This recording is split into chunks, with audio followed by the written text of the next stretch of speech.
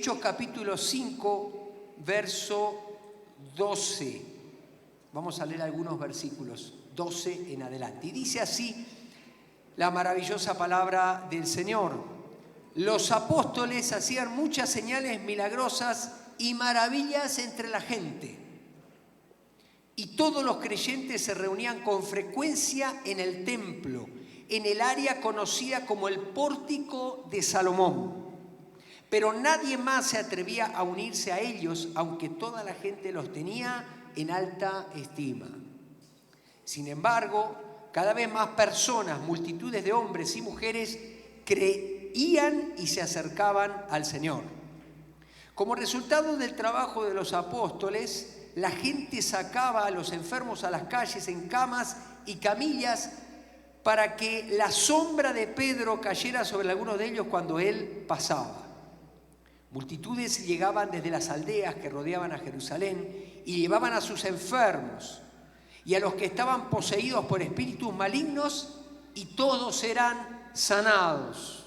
¿Puede decir conmigo todos? El sumo sacerdote y sus funcionarios, que eran saduceos, se llenaron de envidia. Arrestaron a los apóstoles y los metieron en la cárcel pública. Pero un ángel del Señor llegó de noche, abrió las puertas de la cárcel y los sacó. Luego les dijo: vayan al templo y denle a la gente este mensaje de vida. Quisiera que pusiéramos la diapositiva primera, la imagen del texto, y que leamos juntos este texto que va a ser nuestra guía durante este mensaje, entre todos. 1, 2, 3.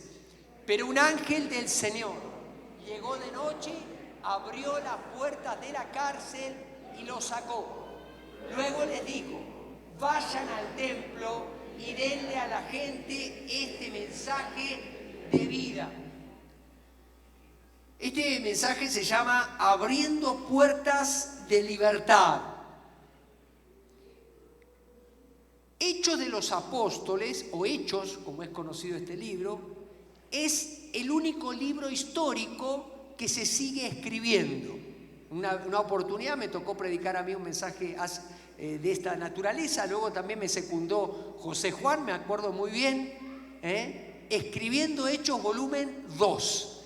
La iglesia de Jesucristo, repartida en todo el mundo a lo largo de todos los años, hemos estado escribiendo juntos Hechos de los Apóstoles. Los apóstoles como tales ya no están más, esos 12 apóstoles ya no están, los primeros a los que Jesús llamó como tales, la iglesia apostólica, pero la iglesia es apostólica por naturaleza. Apostólico significa enviado. Somos enviados por Jesús, somos enviados al mundo para anunciar el mensaje de salvación y, como dice el texto, el mensaje de vida. Nosotros somos los que estamos escribiendo los nuevos capítulos. Yo me imagino cuando lleguemos al cielo va a haber, bueno, ya no van a haber libros, probablemente sea todo digital, van a pasar ahí las historias en PDF o los videos, ¿no es cierto?, de ti orando por ese enfermo, compartiendo el mensaje de salvación, yendo a visitar a los abuelos, adultos mayores, haciendo la operación Vicentito que estamos ahora haciendo juntos, yendo con los hermanos que van a la cárcel, atendiendo a través de los comedores, del CERMI, de cada lugar donde está la iglesia, y no solamente nosotros, sino todas las iglesias que estamos siguiendo las enseñanzas y la obra de nuestro Señor Jesucristo. En primer lugar, nosotros necesitamos comprender a la luz de este pasaje que el Evangelio, siempre que el Evangelio avance, habrá oposición. Siempre, quiero que diga conmigo esta palabra, siempre. Siempre que el Evangelio avance, habrá, diga conmigo, oposición. Hay por ahí un dicho famoso, extractado, dicen, del Quijote, ¿no? Ladran Sancho, señal que cabalgamos. Cuando tú te pones a servir al Señor, cuando tú te pones a hacer la obra de bien en el mundo en el que vivimos, aún empezando en tu propia casa, va a haber oposición. Pedro y los apóstoles eran una amenaza para el reino de las tinieblas, no solamente para los judíos, los religiosos, o para el imperio romano, sino fundamentalmente para el reino de las tinieblas. ¿Por qué? Porque los enfermos se sanaban, porque los oprimidos quedaban libres, y eso arruinaba el negocio del diablo. La Escritura dice que el diablo, lo llama el ladrón, no viene sino a matar, a robar y a destruir. Cuando tú en el nombre de Jesús sanas a un enfermo, cuando tú en el nombre de Jesús liberas a uno oprimido por el diablo, cuando tú en el nombre de Jesús anuncias la restauración de un hogar que Satanás quiso destruir, tú lo que estás haciendo es arruinándole el negocio al diablo. Por eso dice, cuando habla de la obra de Jesús, el mismo Hecho de los Apóstoles, dice que Jesús vino a hacer obras de bien, pero dice que vino a destruir las obras del diablo. Por ejemplo, llegaban a una ciudad donde estaba el negocio de la brujería y se arruinaba el negocio de la brujería. Así que si la iglesia tiene presencia como él tiene y la va a tener en nuestro país, nosotros necesitamos creer que el negocio sucio, que el negocio de la trata, que el negocio de la prostitución, que el negocio del narcotráfico y cualquier otro que se le parezca, cuando la iglesia hace presencia, ese negocio va a desaparecer. ¿Cuántos lo creen? No necesitamos aceptar la idea de que vamos a convivir con ello. En el nombre de Jesús amamos a todas las personas, pero creemos que cuando la gente se convierte ya no va a querer consumir. Cuando la gente se convierte ya no va a querer traficar. Cuando la gente se convierte a Cristo va a dejar de hacer aquello que alimentaba el negocio del diablo.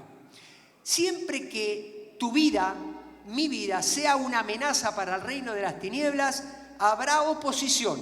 Lo dijo nuestro Señor Jesucristo en Mateo capítulo 5, verso 11 y 12, exactamente en el Sermón del Monte. Dichosos ustedes serán cuando por mi causa la gente los insulte, los persiga y levante contra ustedes toda clase de calumnias. Alégrense y llénense de júbilo, porque les espera una gran recompensa en el cielo.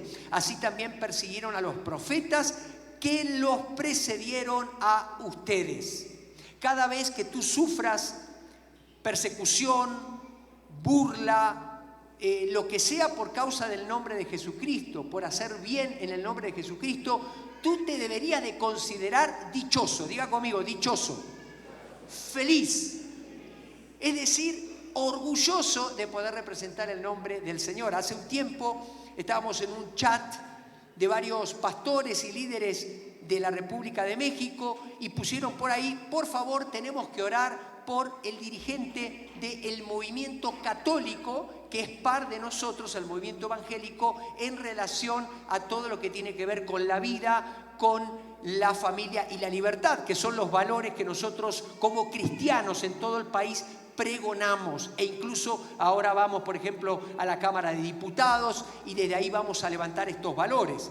Y decía en el chat, oremos por favor por este dirigente de nombre Iván, porque lo están acusando, le pusieron una multa e injustamente están hablando mal de él. Él había sido diputado, no sé si senador también de la República, había sido un caso a través de medios también.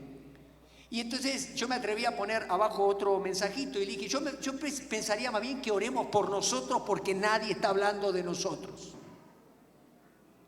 Esta persona había levantado su voz, había levantado su voz en pro de lo que creía y estaba siendo juzgado, estaba siendo vituperado, aparentemente avergonzado. Pero ¿qué creen? Para nosotros es un honor representar el nombre del Señor. Ahora, tenemos que aprender algo.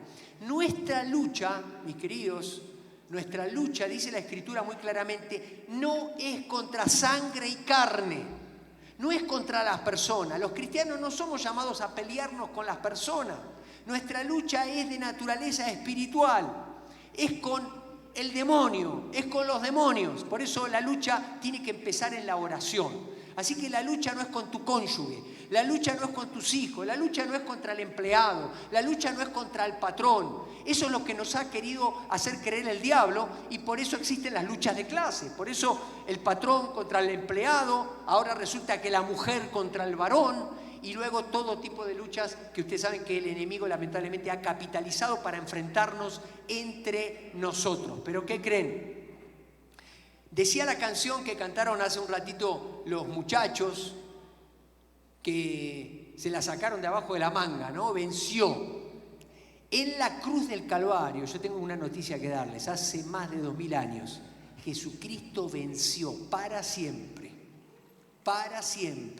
venció al pecado, venció a la muerte y venció al que tenía el imperio de la muerte, que es a Satanás.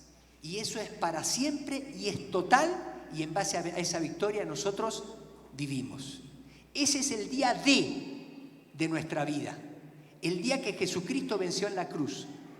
Nosotros vivimos a la luz de esa victoria y tenemos que tomar toda la tierra que Dios nos ha dado. ¿No quiere darle un aplauso a Jesucristo por esa gran victoria?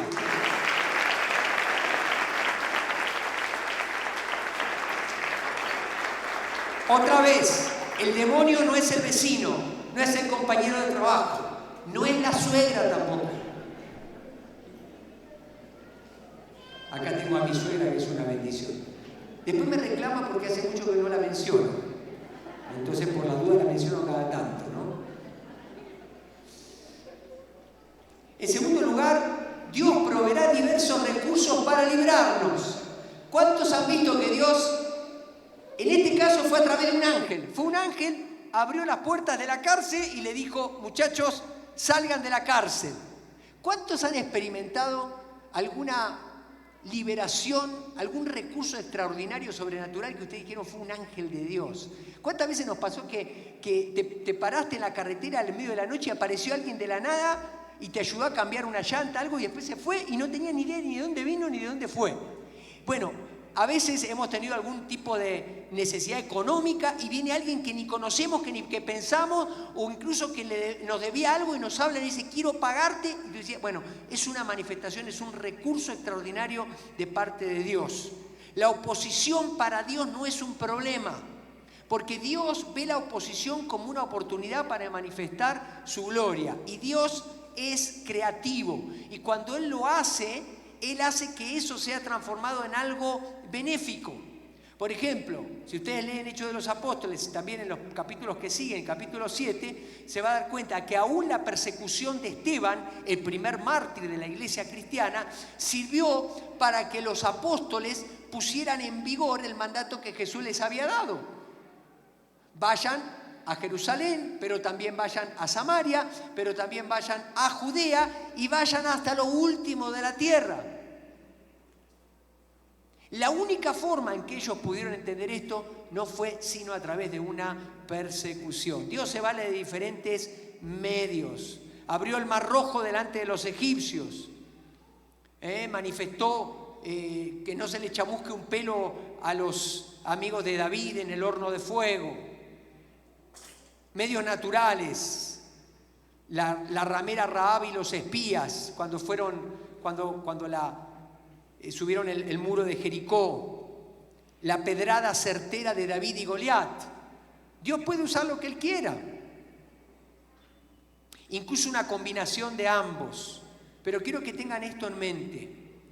Para nosotros tampoco debería ser un problema la oposición. ¿Cuántos han experimentado algún tipo de oposición en su vida? A ver, levanten la mano. En este último tiempo.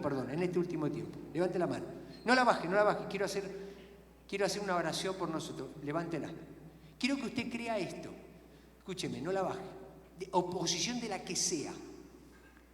La oposición no es una excusa para que tú te pongas en víctima. La oposición es una oportunidad para que Dios manifieste su gloria. Y tú madures a otro nivel. Di conmigo, gracias Dios por esta oposición, por esta adversidad.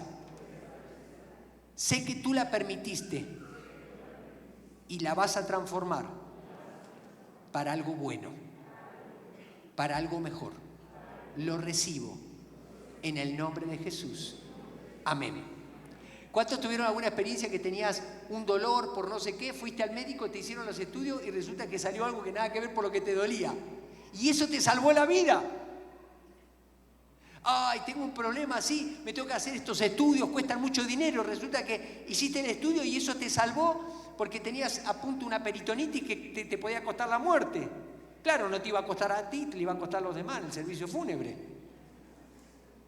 Pero obviamente que Dios usa todo para bien. Te pregunto, ¿tienes miedo a la oposición?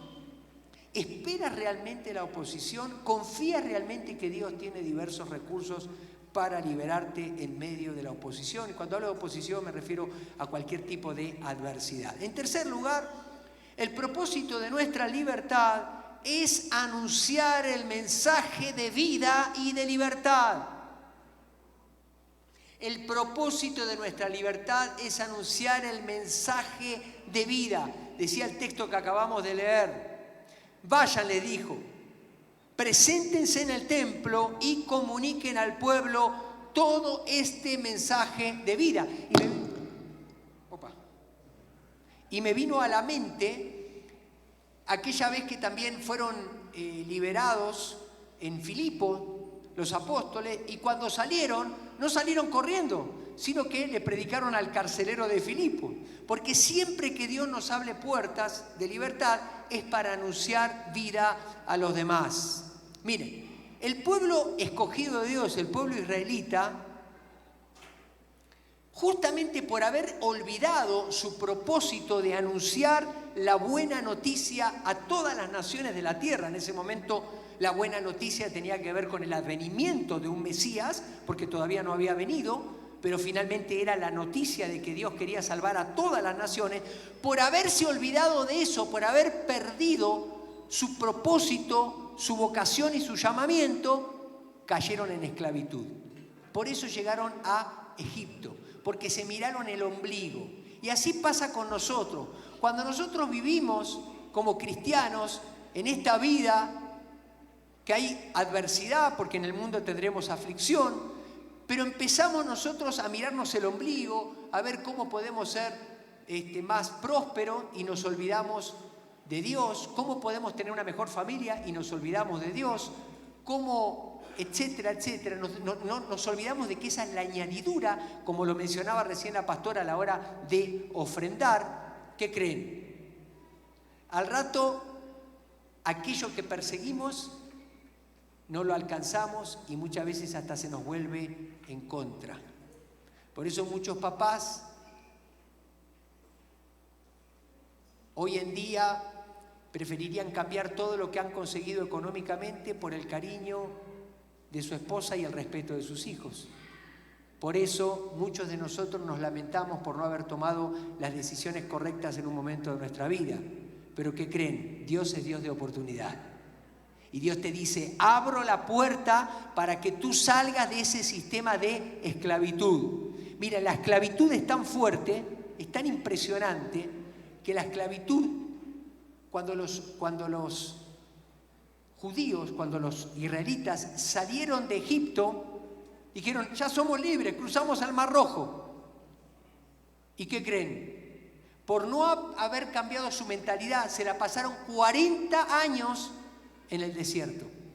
¿Por qué? Porque ellos habían salido de Egipto, pero Egipto no había salido de ellos. Y muchas veces, eso es lo que lo que nos pasa a muchos de nosotros, que dicen, ay, no, yo ya estoy cansado de ser un empleado y de trabajar para otro y de hacer que mi jefe se enriquezca a costa de mi trabajo. Y salen creyendo que esa es la forma de liberarse de ese sistema opresor. Y cuando llegan a poner su empresa, están 15 días y tienen que cerrar. ¿Por qué? Porque piensan que ser empresario y ser emprendedor, ¿no es cierto?, es tronar dedo y mandar a la gente. Y no se dan cuenta que es el que más responsabilidad tiene, y el que más trabaja, y el que más rápido se levanta, y el que arriesga el capital. ¿Qué pasó? Cambiamos, salimos de un lugar, pero no cambiamos la mentalidad. Tendríamos que haber hecho nuestro trabajo con una mentalidad de productividad, como la hizo José para Potifar, como la hizo Daniel para los reyes con los cuales vivió, y como la hicieron cada uno de los hijos de Dios, y como Dios te pone a ti donde tú estás. No dejes que la cautividad quede en tu mente. La historia nos enseña que cuando la iglesia olvidó el propósito para el cual Dios la escogió, liberándola del mundo y apartándola para anunciar las buenas noticias, entonces se hizo esclava de la codicia, el poder, el error y tantas otras cosas. Y no me estoy refiriendo solamente a la iglesia que nosotros conocemos como católica, apostólica, romana, sino mucho a la iglesia evangélica, que lamentablemente hemos olvidado también nuestro propósito de anunciar las buenas nuevas. Hemos construido templos grandes, hemos puesto música muy bonita, pero nos olvidamos de nuestra vocación instrumental. Es decir, que tenemos que ser de bendición para todas las familias de la tierra. La libertad que Cristo nos da, mis queridos, no es para admirarla, sino para llevarla a otros. No es para nomás cantar, ay, soy libre, qué bonito, soy libre. No, cuando Dios te quita las cadenas de la libertad que te ataban a los vicios, a la codicia, a la avaricia, al egoísmo, al egocentrismo, a la soberbia, a todas las cosas que nos atan como seres humanos, cuando Él te quita es para que tú desates a otros. Qué grande. Quiere predicar ya, ¿eh?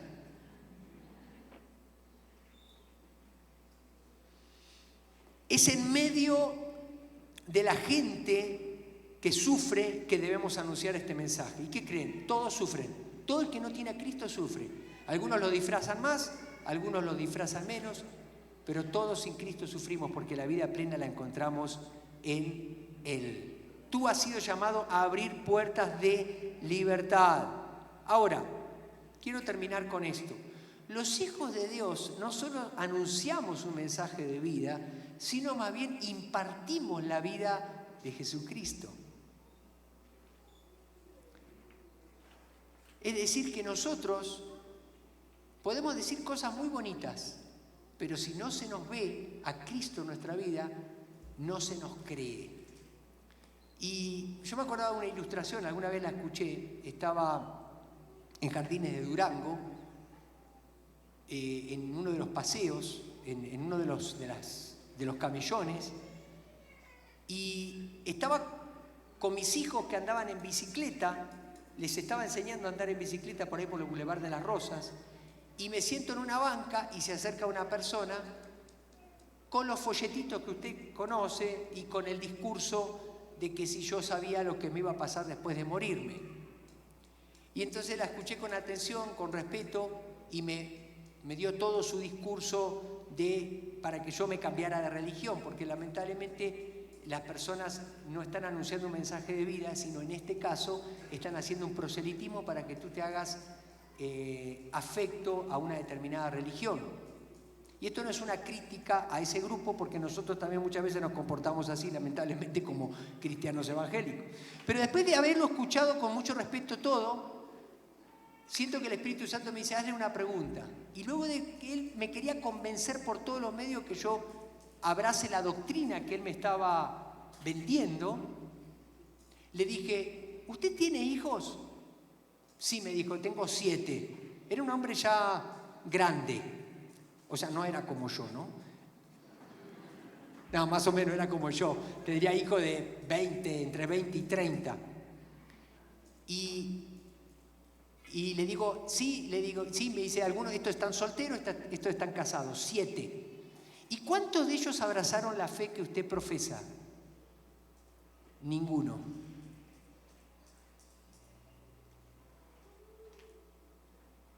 ¿Por qué?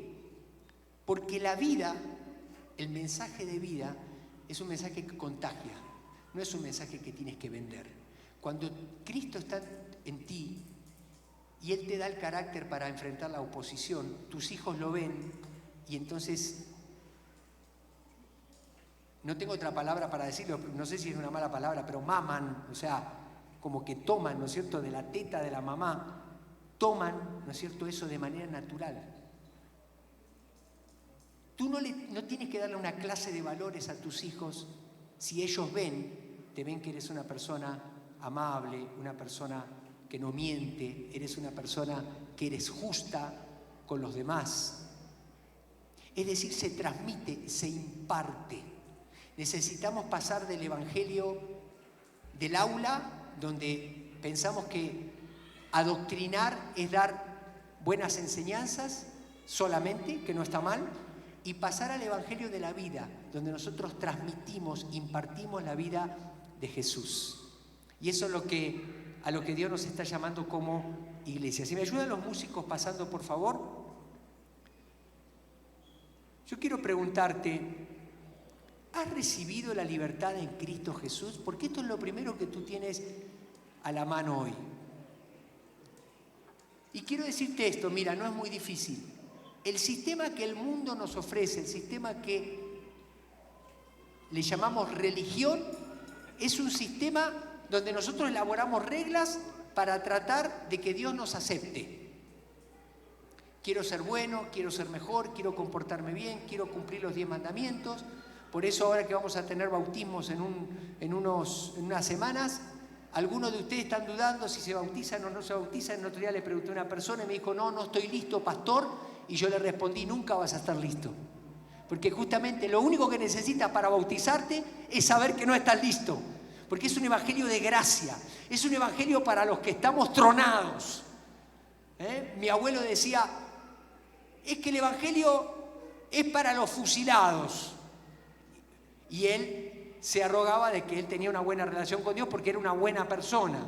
Hasta que después de algunos años nos dimos cuenta que no era tan buena como parecía, ¿no? Porque somos buenos para aparentar, pero cuando nos miramos al espejo, tú y yo sabemos de lo que adolecemos. Cuando nos dormimos, la almohada nos habla. ¿A cuántos les habla la almohada? Y cuando no nos habla la almohada, como en el caso nuestro, nuestros hijos que son crueles nos dicen todo en la cara. ¿Cuántos hijos tienen hijos crueles y benditos de parte del Señor? Hay varios ahí. Miren, en nuestra época no le podíamos decir nada a nuestros papás. Nos iban como en feria, ¿no? Pero qué lindo que es tener hijos que te digan las cosas y que tengan la amabilidad y la confianza. Gracias, esa es la palabra, la confianza. Si tú tienes hijos que te tienen miedo, hay algo que no está bien. Tus hijos te tienen que tener confianza y que tú puedas brindar esa confianza. Quiero que todos cierren sus ojos. Hoy Dios te dice, lo primero que quiero que escuches es de parte de Dios, todos con los ojos cerrados.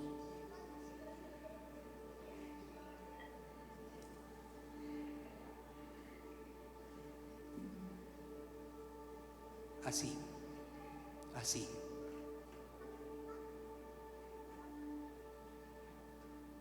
Así. Quiero que escuches esto.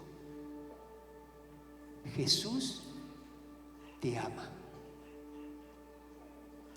Jesús te ama. Quiero que lo vuelvas a escuchar. Jesús te ama. Y mientras yo te estoy diciendo esto de parte de Dios, a tu mente vienen un montón de cosas que te hacen pensar, es que no me puede amar por esto, no me puede amar por aquello, es que yo hice aquello otro y hice aquello otro. Todo eso que tú identificas como una barrera para que Dios, según tú, no te ame, eso se llama pecado. Es una barrera, es algo que... Bueno, quiero decirte que Jesucristo cargó el pecado en la cruz del Calvario. Él pagó el precio de la culpa. Él cargó sobre sí el juicio justo que Dios había establecido. El alma que pecare, esa morirá. El justo murió por los injustos. Otra vez, Dios te ama. Otra vez, eso que tú identificas como un obstáculo se llama pecado. Otra vez, Jesucristo quitó ese obstáculo. Él es el sumo pontífice. Es el gran puente de Dios entre el ser humano y Él. Él se dio por nosotros. Por último, ten tus ojos cerrados. Hoy Dios te hace una oferta. Es irresistible esta oferta, no puede ser mejor. Es una oferta, pero no es gratuita, porque costó la sangre de Jesús. Pero para ti va a ser un regalo. Es un regalo muy costoso. Es algo que nunca vas a poder obtener por tus propios méritos. Nada, nunca, jamás. Pero hoy Dios te lo da, te lo regala. Si lo puedes ver, si lo puedes creer, hoy Dios te dice, recíbelo, porque te amo, porque di a mi Hijo por ti. Ese regalo se llama salvación. Salvación eterna y salvación presente. Dios entierra los pecados del pasado, los que te acuerdas y los que no te acuerdas, en el fondo del mar, y no se acuerda más de ellos. Ya lo hizo. Pero ahora te va a dar una conciencia tan limpia que tú vas a poder dormir quizá como un bebé, como nunca antes, si tú le crees a Dios. Y te da una vida tan grande, tan plena, tan maravillosa, que la vas a querer compartir con otros. Te va a hacer sentir libre de verdad. Si no has experimentado esto en tu vida, pero hoy quieres recibir ese regalo de salvación e invitar a Jesucristo a entrar en tu vida como el Señor y el Salvador, todo lo que necesitas es manifestar tu fe. Y como yo no puedo leer tu corazón, yo necesito que me lo hagas saber a mí, aunque Dios lo sabe. Y sencillamente, si tú le dices, Señor, yo te creo, yo te recibo, me arrepiento de mis pecados y recibo a Jesús, y hoy empieza una nueva vida para mí. Yo lo creo. Yo creo que moriste por mí en la cruz. Sencillamente.